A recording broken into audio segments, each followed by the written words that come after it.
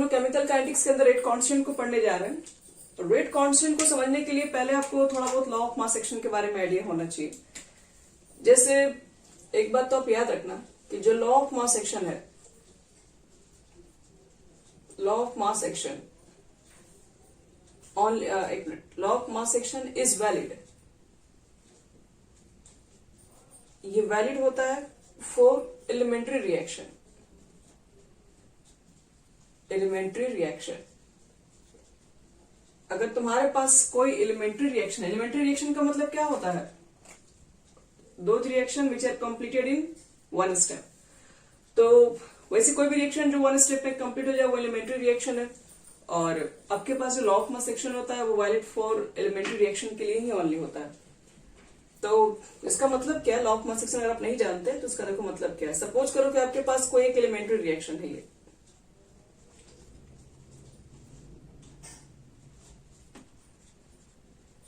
मान लो ये elementary reaction है, ये एक ही स्टेप में रिएक्शन होने वाला है। तो इसके लिए लॉ ऑफ मास एक्शन को कैसे निकालते हैं? तो यहां देखो, इसमें लिख सकते हो कि the rate of A reaction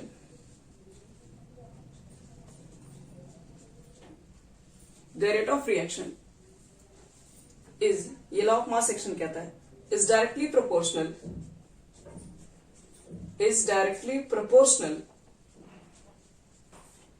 to the concentration of reactant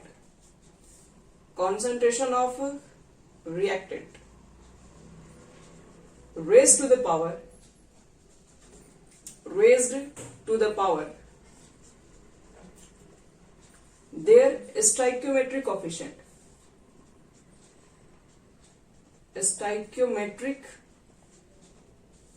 coefficient। यही हमारा है law of mass action. Law of mass action क्या कहता है कि किसी भी केमिकल रिएक्शन का जो रेट होता है वो डायरेक्टली प्रोपोर्शनल होता है कॉन्सेंट्रेशन ऑफ रिएक्टेंट, मतलब आप रिएक्टेंट का क्या कॉन्सेंट्रेशन लिए हैं, और raise to the power their stoichiometric coefficient. अब raise to the power stoichiometric coefficient का मतलब क्या है कि आपने जितने कोएफिशिएंट से बैलेंस किए होंगे उसको आपको रेज करना उसके पावर के फॉर्म में।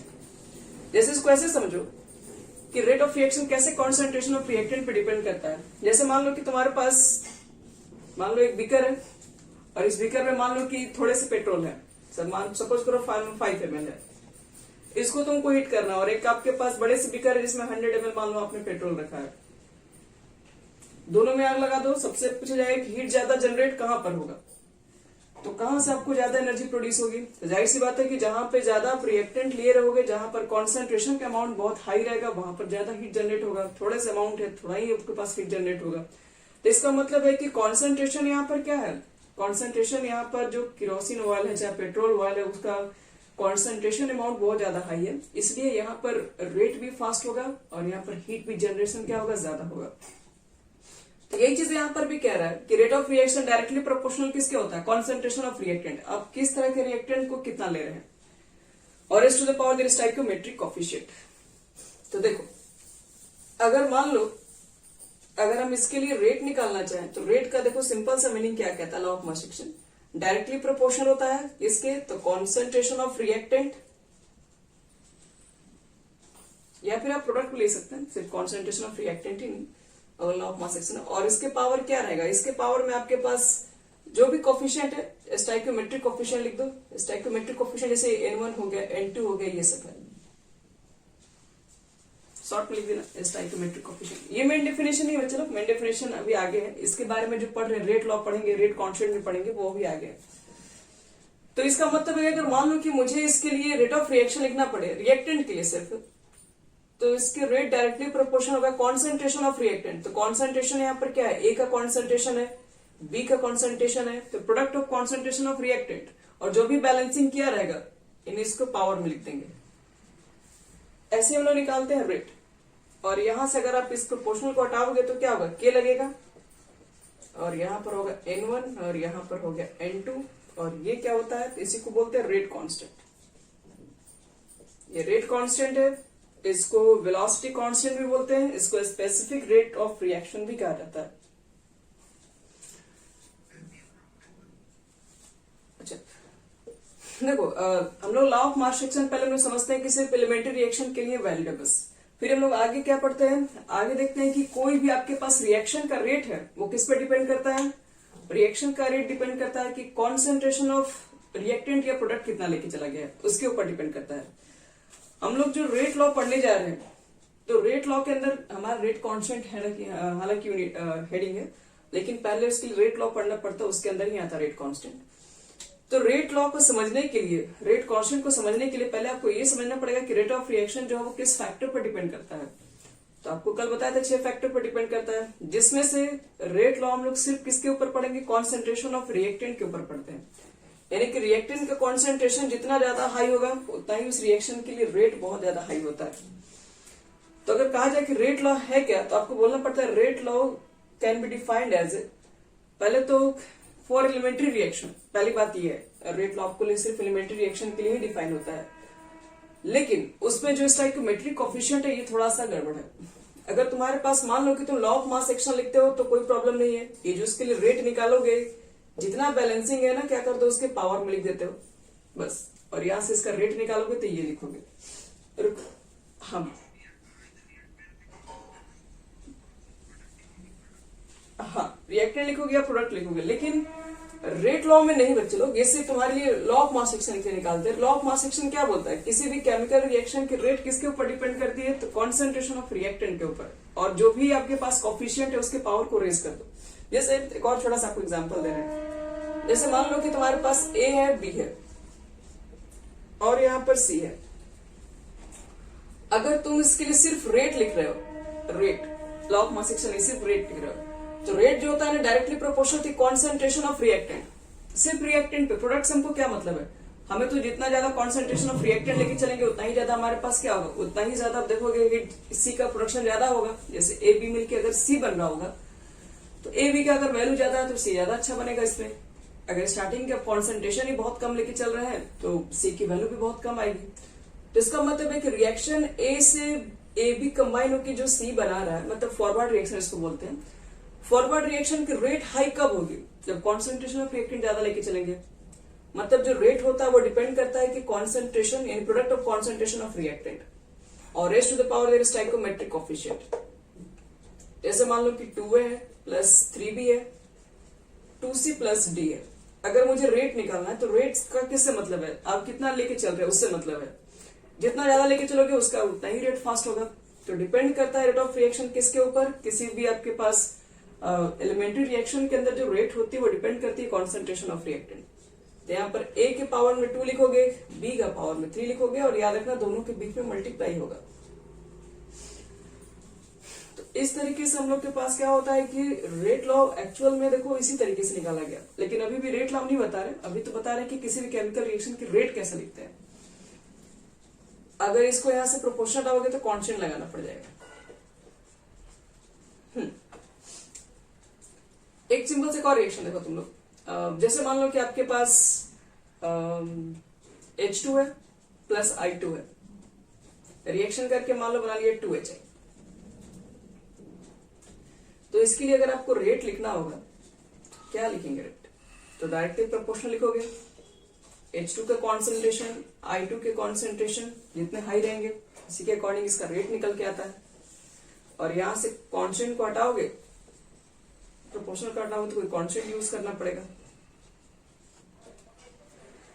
तो ये हो गया किसी भी केमिकल रिएक्शन की रेट लिखने की तरीका। लेकिन जब लोग रेट लॉ से हाँ बोलिए, स्टोइकोमेट्री का मतलब है ये जो बैलेंसिंग है कितना मोल लेके चल रहे हैं। 2 मोल है तो 2 को ऊपर रख दो पावर में, अगर ये 3 मोल है तो 3 मोल को ऊपर रख दीजिए, ये स्टोइकोमेट्रिक कोएफिशिएंट हो जाएगा। जैसे यहाँ पर 1 है और 1 है तो हमें यहाँ 1 1 दिखाने की भी कोई जरूरत नहीं है। तो देखो सिंपल से बता रहे, अभी भी हम लोग जो बता रहे किसी भी केमिकल रिएक्शन की जो रेट निकालते हैं तो बता दिया गया कि जो रेट लॉ बताए केमिकल रिएक्शन की जो रेट होती है वो डिपेंड करती है कॉन्सेंट्रेशन ऑफ रिएक्टेंट पे।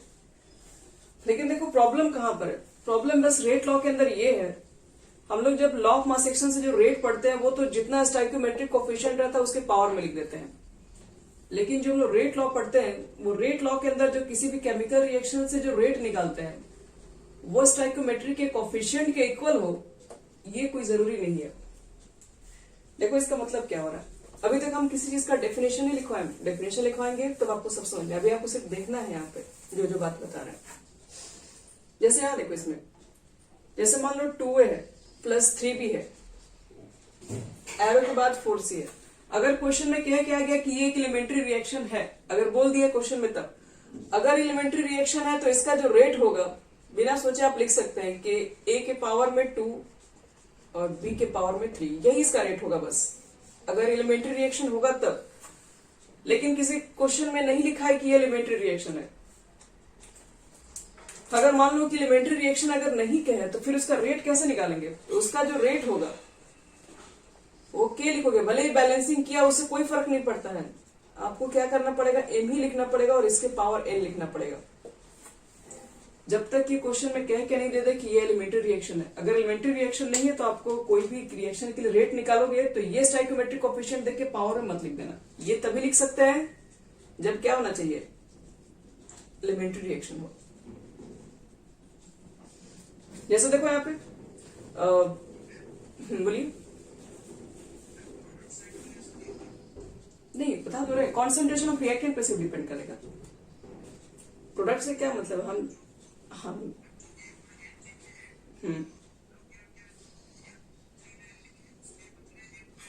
हाँ, ये 2-3 मतलब तो ये एलिमेंट्री रिएक्शन है तो मुझे मालूम चलेगा एक ही स्टेप में कंप्लीट है, तो हम लोग तो मालूम कर लेंगे कितना मोल लेके चले थे और कितना मोल बी लेके चले थे, ये तो कंप्लीटली डिफाइन हो जाएगा।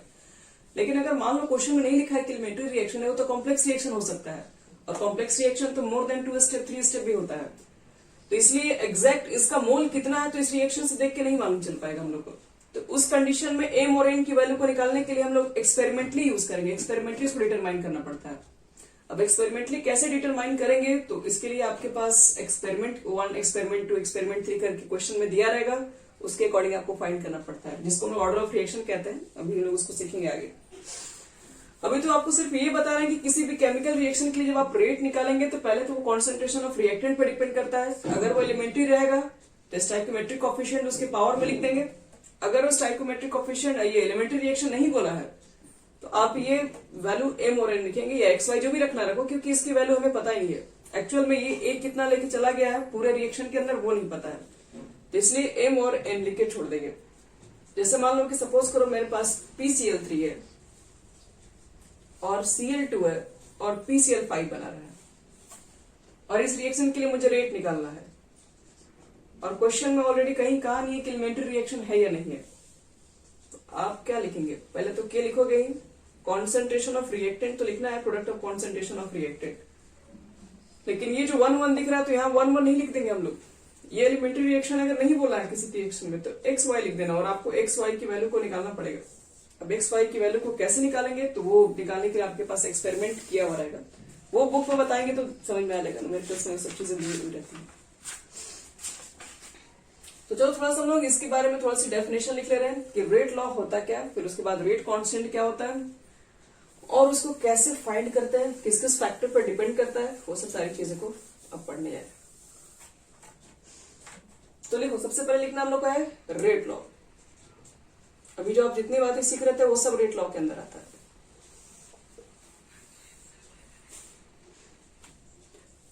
एक्स वाई का मतलब वो बता रहे, जैसे कि रिएक्शन के अंदर कभी दिया हुआ नहीं कि एलिमेंट्री रिएक्शन है। एलिमेंट्री रिएक्शन का मतलब है जो एक स्टेप में कंप्लीट हो गया हो। अगर रिएक्शन एलिमेंट्री नहीं है तो उसके लिए रेट क्या लिखोगे, तो रेट लॉ तो यही बताएं कि जो रेट होता है वो किस पे डिपेंड करता है, वो कॉन्सेंट्रेशन ऑफ रिएक्टेंट पे डिपेंड करता है, बस ये होगा। हाँ, लेकिन प्रॉब्लम है कि अगर एलिमेंट्री रिएक्शन है तो फिर जितना दिख रहा है वही बैलेंसिंग यहाँ डाल देंगे। अगर एलिमेंट्री रिएक्शन नहीं कह रहा है तो हमें कैसे मालूम चलेगा कि इसके अंदर, क्योंकि कॉम्प्लेक्स रिएक्शन है ना, कॉम्प्लेक्स रिएक्शन को बनाने के लिए बहुत सारा स्टेप यूज करना पड़ता है। अब टोटल कॉन्सेंट्रेशन सिर्फ ये देख के भी नहीं बता सकते हैं कितना लिए हैं, ये तो कटआउट के फाइनल लिखा होगा। आप 3 रिएक्शन बनाते हैं तो तीनों रिएक्शन को ऐड करके फाइनल रिजल्ट लास्ट में लिखते हैं, तो लास्ट वाला देख के हम कैसे बता सकते हैं कि एक कितना लिए, तो इसलिए हम लोग एग्जैक्ट नहीं बताते हैं, इसलिए हम लोग एक्सपेरिमेंट के थ्रू उसको फाइंड करते हैं। अब वो एक्सपेरिमेंटल क्वांटिटी यहाँ पर क्या है जो बैलेंसिंग में यूज की गई होगी, तो हम एक्स मान ले रहे हैं और इसको वाई मानेंगे।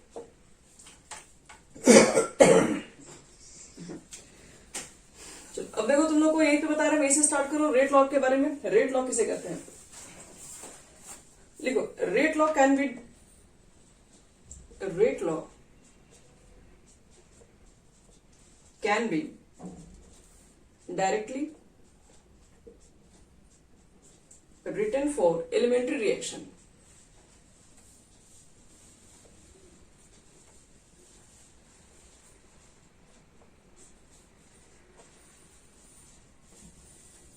By its stoichiometric coefficient.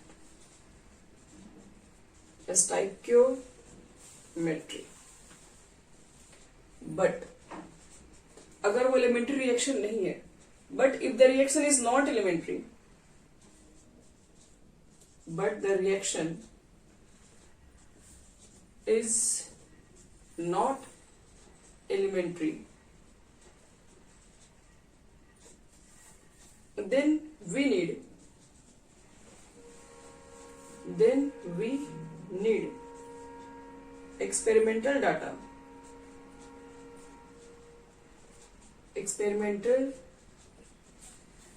data to write the rate law. अगर एलिमेंट्री रिएक्शन नहीं है तो आपको बिना एक्सपेरिमेंट के आप नहीं बता सकते हैं कि उसकी रेट क्या होगी. सपोज एक रिएक्शन है N1A N2B और एरो के बाद आपके पास है N3C कर दो, N4D कर दो, और इस क्वेश्चन के अंदर कहीं लिखा हुआ ही नहीं है कि ये रिएक्शन आपके पास एलिमेंट्री रिएक्शन है. तो इसके लिए अगर आपको रेट निकालना होगा तो रेट इज इक्वल टू होता है, पहले तो K लिखोगे, फिर क्या लिखोगे, कॉन्सेंट्रेशन ऑफ रिएक्टेंट यानी A के पावर N1 B के पावर N2. लेकिन एलिमेंट्री रिएक्शन कहा ही नहीं है तो ये N1 N2 नहीं लिखेंगे, यहां पर X लिख देना और ये Y लिख देना, और this is called rate law expression, इसी को कहते हैं. नहीं, हाँ वो भी चलेगा. This is called rate law, या लिख देना this is called rate law expression.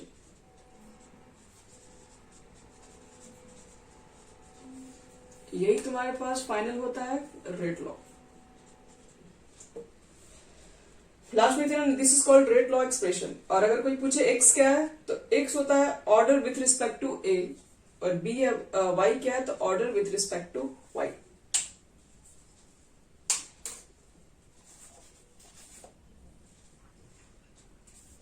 देखो where x is equal to order with respect to A, इसको ऑर्डर ऑफ रिएक्शन से फाइंड करेंगे. हाँ बोलो.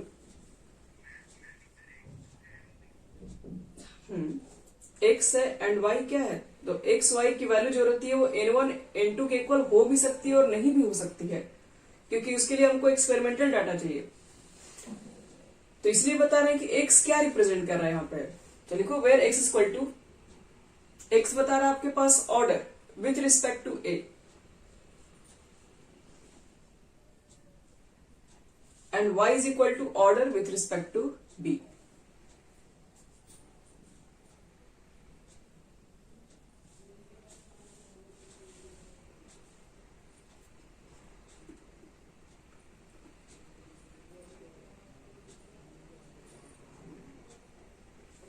हो गया यहां तक. देखो एकदम सिंपल सा है, बहुत कोई रेट ला हार्ड नहीं है. रेट ला बता रहे एलिमेंट्री रिएक्शन के लिए डायरेक्टली उसके स्टाइकोमेट्रिक कोएफिशिएंट को लिखा जा सकता है, लेकिन अगर एलिमेंट्री रिएक्शन अगर वो नहीं है तो उसके लिए हमको क्या करना पड़ेगा, एक्सपेरिमेंटल डाटा को लेकर यूज करना पड़ेगा. जैसे रिएक्शंस लिखा गया है और रेट इसके लिए ये कहते हैं, और इस एक्सप्रेशन को कहा जाता है रेट लॉ. अब देखो रेट लॉ तो पूछे या नहीं पूछे, लेकिन रेट कांस्टेंट बहुत बार पूछा जाता है एग्जाम में. रेट कांस्टेंट किसे कहते हैं, तो आओ देखते हैं. रेट कांस्टेंट, यहाँ पर के क्या था, कांस्टेंट था, और इसी कांस्टेंट को बोलते हैं रेट कांस्टेंट. लिखो रेट कांस्टेंट का डेफिनेशन क्या होगा.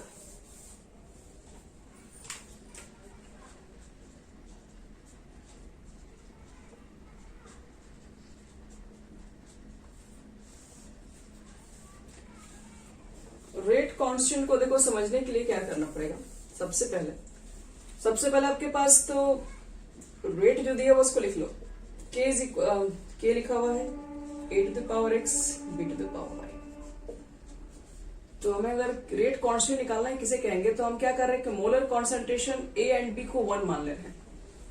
तो यहां पर क्या कर दे रहे हैं, let A is equal to मान लो 1 mole per litre, concentration B को भी अगर 1 ही मान ले 1 मोल पर लीटर, इसको भी 1 मान लिए, इसको भी 1 मान लिए, तब तो रेट इज इक्वल टू आपका के हो गया। तो बोल सकते हो के क्या था हमारे पास, रेट कांस्टेंट। तो rate constant is equal to the क्या है, रेट ऑफ रिएक्शन ही तो है।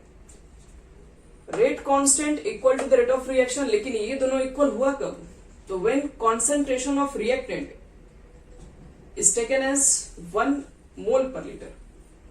जब कॉन्सेंट्रेशन ऑफ रिएक्टेंट का मतलब जितने आपके पास रिएक्टेंट है सबका कॉन्सेंट्रेशन अगर 1 मोल लिया जाए, 1 मोल पर लीटर लिया जाए, तो रेट कांस्टेंट जो होता है वो रेट ऑफ रिएक्शन के ही इक्वल आएगा। तो यानी इसके अगर हम रेट कांस्टेंट की डेफिनेशन लिखने जाए तो क्या लिख सकते हैं आप, रेट कांस्टेंट में बी डिफाइंड एज, वहां तक लिख सकते हैं दी रेट ऑफ रिएक्शन, यहां लिख दे, एक मिनट, रेट कांस्टेंट में be defined as, may be defined as a rate of reaction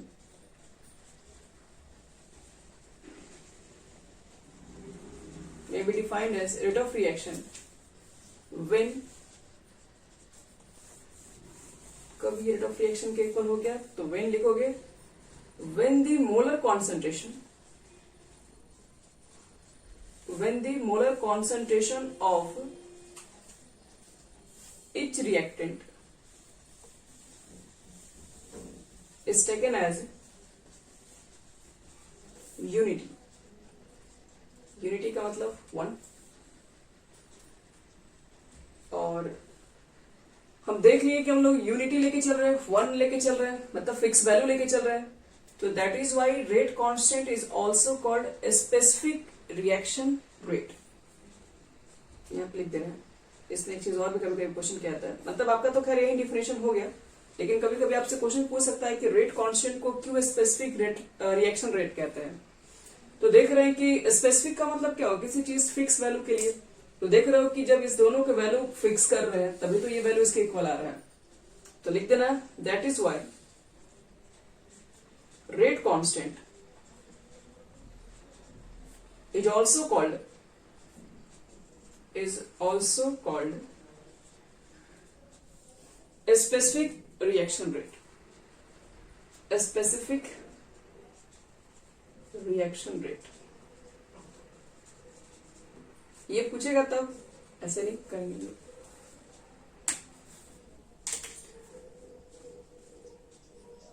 rate law क्या होता है, किसी भी रिएक्शन के लिए लिख सकते हैं हम लोग, रेट लॉ को बता दिए, डायरेक्टली लिख सकते हैं। अगर एलिमेंट्री रिएक्शन अगर नहीं दिया रहेगा तो वही पावर वगैरह में करके हम लोग एक्स वाई करके छोड़ेंगे, लेकिन अगर वो एलिमेंट्री रिएक्शन है तो डायरेक्टली उसके लिए कोएफिशिएंट देख के लिख सकते हैं, वही आपके पास रेट लॉ होता है। लेकिन रेट कांस्टेंट क्या होता है, तो रेट कांस्टेंट के लिए अगर जितने रिएक्टेंट के कॉन्सेंट्रेशन को 1 ले लिया जाए तो रेट जो कांस्टेंट है वो रेट ऑफ रिएक्शन के ही इक्वल होता है।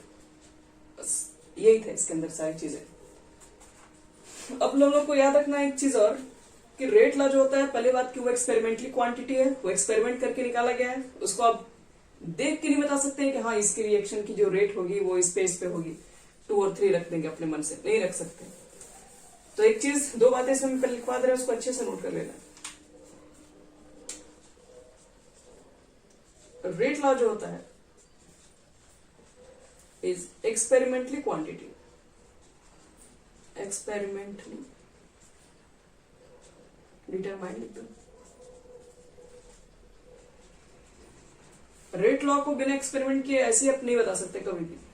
दूसरी बात, इट डिपेंड्स, इट डिपेंड्स का मतलब है यहां पर हम के बारे में बात करें, rate constant. Rate constant depend only on temperature.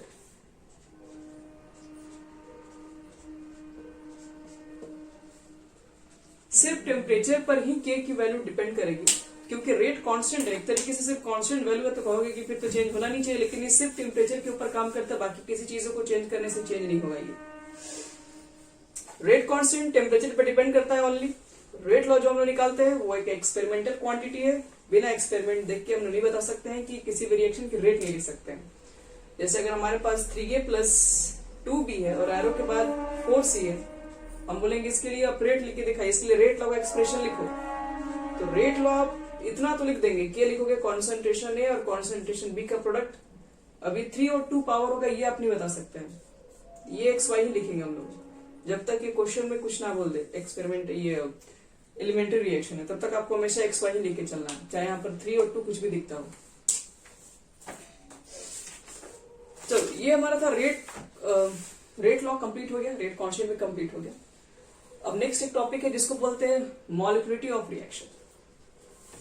उसके बाद आता है ऑर्डर ऑफ रिएक्शन। बोलो।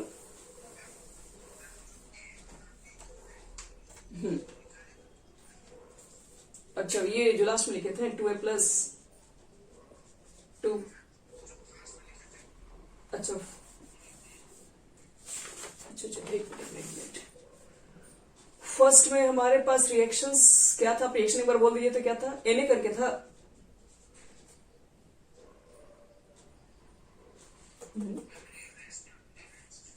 अच्छा रेट कांस्टेंट के लिए, तो रेट कांस्टेंट में क्या आपके पास था, रेट कांस्टेंट के लिए तो बता ही दिएंगे, रेट इज इक्वल टू कितना होता है K, और A का कॉन्सेंट्रेशन ले लो, B का कॉन्सेंट्रेशन ले लो, और रेट कांस्टेंट यहीं से डिफाइन किया गया है। रेट कांस्टेंट को बताओ कैसे डिफाइन किया गया है, जब इसके कॉन्सेंट्रेशन को 1 ले लोगे तो 1 के पावर x लिखोगे तो कितना हो जाएगा 1, और यहां पर भी 1 के पावर x लिखोगे, y लिखोगे तो भी 1 ही हो जाएगा, तो ये पूरा 1 ही ना हो गया।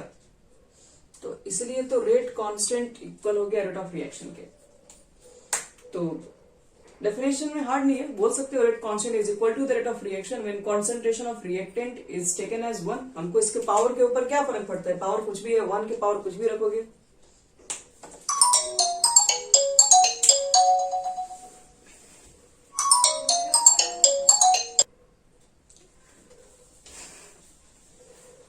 यहां देखो, अब इसके बाद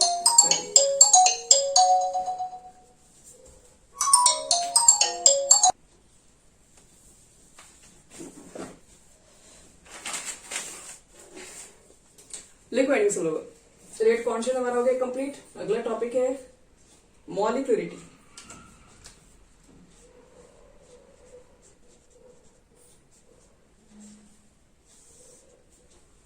देखो मॉलिक्यूलरिटी क्या होता है, मॉलिक्यूलरिटी ऑफ ए रिएक्शन।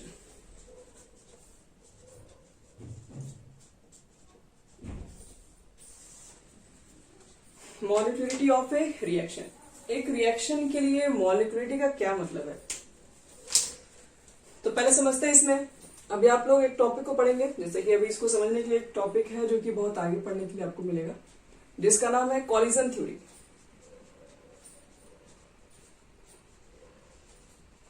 याद रखो, पहले हम लोग को लगता है ना कि ए रिएक्टेंट और बी भी मान लो आपके पास रिएक्टेंट है, और कंबाइन होकर मान लो कोई नया चीज बन रहा है सी, तो ये ए और बी मिलके सी कैसे बन रहे होंगे, ए अलग है बी अलग है, तो नया चीजें सी कैसे बन रही होगी, क्या होता है इनके बीच में, ये सब आपको कॉलिजन थ्योरी सिखाती है। कॉलिजन थ्योरी ये बताती है कि जैसे मान लो कि कोई भी आपके पास रिएक्टेंट मॉलिक्यूल्स है, आपस में रिएक्ट करके प्रोडक्ट बनाती है, तो इतनी आसानी से वो नहीं बनती है, आपस में उनको करवाना पड़ता है कॉलिजन, उनके बीच में कॉलिजन होता है। और कॉलिजन भी कैसा चाहिए, इफेक्टिव होना चाहिए, इफेक्टिव कॉलिजन। इफेक्टिव कॉलिजन होगा तभी जाके बनेगा प्रोडक्ट। टकराने का मतलब ये नहीं कि टकरा गया तो बन गया प्रोडक्ट, नहीं, ऐसा नहीं हो सकता है। खैर, जब तक कॉलिजन तुम्हारा इफेक्टिव नहीं हो, जब तक कि उसका कॉलिजन बहुत ज्यादा इफेक्टिव ना, इफेक्टिव कहने का मेरा ये सेंस है कि एक तो उसके पास एनर्जी ज्यादा होनी चाहिए, जिसको हम थ्रेशोल्ड एनर्जी बोलते हैं, और दूसरे उसके बाद प्रॉपर ओरिएंटेशन होना चाहिए। ये कॉलिजन थ्योरी आप आगे पढ़ेंगे तो समझ में आएगा, अभी आपको छोटी सी बातें यहाँ बता रहे हैं। तो रिएक्शन को, कॉलिजन को इफेक्टिव बनाओगे तभी जाके आपके पास बनेगा प्रोडक्ट। जैसे मान लो कि तुम्हारे पास 100 मॉलिक्यूल्स है ए के और 100 मॉलिक्यूल्स बी के हैं, तो आप उम्मीद कर रहे हैं कि आपका 100 मॉलिक्यूल्स सी बन रहा होगा ए बी से, तो नहीं, ये आपस में 100 मॉलिक्यूल्स कॉलिजन कर रहे होंगे तो 100 ये प्रोडक्ट फॉर्म होगा, ये कोई जरूरी नहीं है। इसमें से हो सकता है आपका 50, 20, 30 ही प्रोडक्ट फॉर्म हो रहे होंगे, बाकी क्या हो रहा है, बाकी आपका इफेक्टिव कॉलिजन ही नहीं है, आपका टकरा तो रहा है मॉलिक्यूल्स, लेकिन आपस में कोई अच्छी तरीके से जो प्रॉपर ओरिएंटेशन के साथ नहीं टकरा रहा होगा, तो अच्छे से प्रोडक्ट नहीं बनेंगे।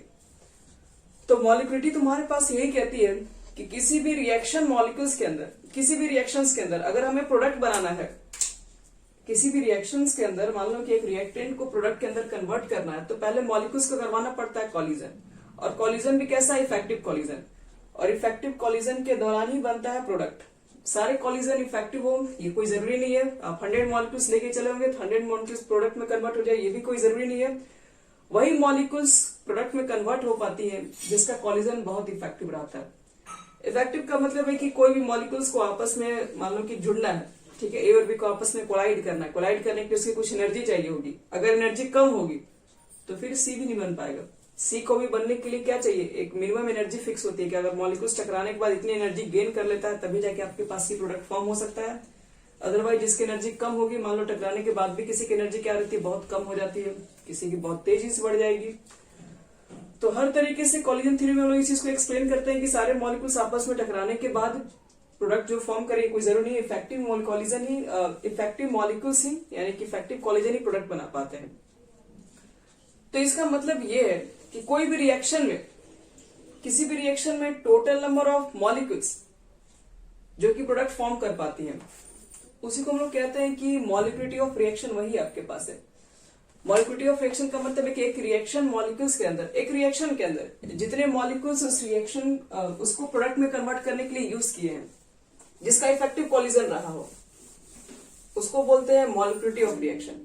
शॉर्ट में बोलोगे the number of reacting particles which collide together to form product is called molecularity of reaction. यानी कि एक रिएक्टेंट होगा, एक रिएक्टेंट में आप जितने भी मॉलिक्यूल्स को लेके चले होंगे और उससे आप प्रोडक्ट बना लिए होंगे, तो उसी को बोलते हैं मॉलिक्यूलिटी of reaction.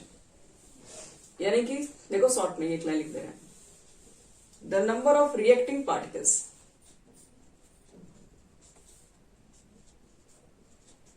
The number of reacting particles. अब रिएक्टिंग पार्टिकल्स क्या हो सकता है, एटम भी हो सकता है, वो मॉलिक्यूल्स भी हो सकता है, वो फ्री रेडिकल्स भी हो सकता है, कोई भी हो सकता है। The number of reacting particles which collide together. Reacting particles के बीच में क्या होगा, कॉलिजन होगा, तो which collide together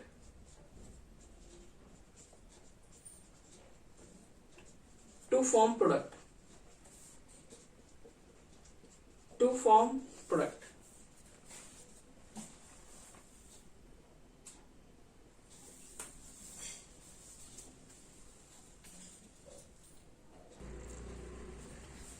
the number of reacting particles, atom भी हो सकता है, मॉलिक्यूल्स भी हो सकता है, फ्री रेडिकल्स भी हो सकता है, which collide together to form product is called molecularity of reaction.